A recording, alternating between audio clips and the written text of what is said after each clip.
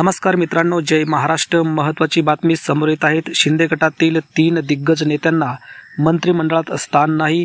मित्रांनो, काय सविस्तर बातमी, कोणते नेते आहेत, सविस्तर व्हिडिओमध्ये जाणून घेऊया. तत्पूर्वी बातमीपत्र यूट्यूब चॅनलवर तुम्ही जर नवीन असाल तर चॅनलला सबस्क्राईब करून बेल आयकॉन नक्की प्रेस करा. नागपूर अधिवेशनापूर्वी मंत्रिमंडळाचा विस्तार होणार आहे. सर्व मंत्र्यांच्या कामाचं मूल्यमापन करून निर्णय घेतला जाईल. तिन्ही पक्षांना मंत्रिपद द्यायचे असल्यास काही प्रमाणात मागे पुढे होईल अशी माहिती मुख्यमंत्री देवेंद्र फडणवीस यांनी दिली आहे.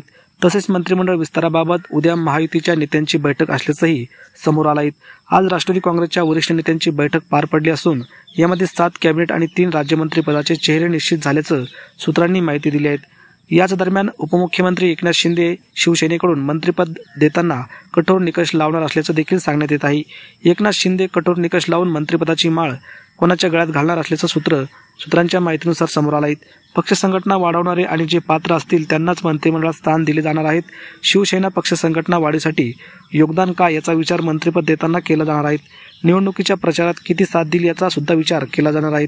तसेच ज्येष्ठ नेत्यांच्या मुद्द्यावर मंत्रिपद दिलं जाणार नाही अशी ही माहिती समोर आली. तर यंदाच्या मंत्रिमंडळातून शिवसेनेच्या 3 विद्यमान मंत्र्यांचा पत्ता कट होणार आहे. सूत्रांच्या माहितीनुसार यामध्ये दीपक केसरकर, अब्दुल सत्तार आणि तानाजी सावंत यांचा मंत्रिमंडळातून डच्चू मिळण्याची शक्यता आहे. तर मित्रांनो, आपल्याला काय वाटतं याबद्दल आपल्या प्रतिक्रिया कमेंटमध्ये नक्की व्यक्त करा. धन्यवाद. जय महाराष्ट्र.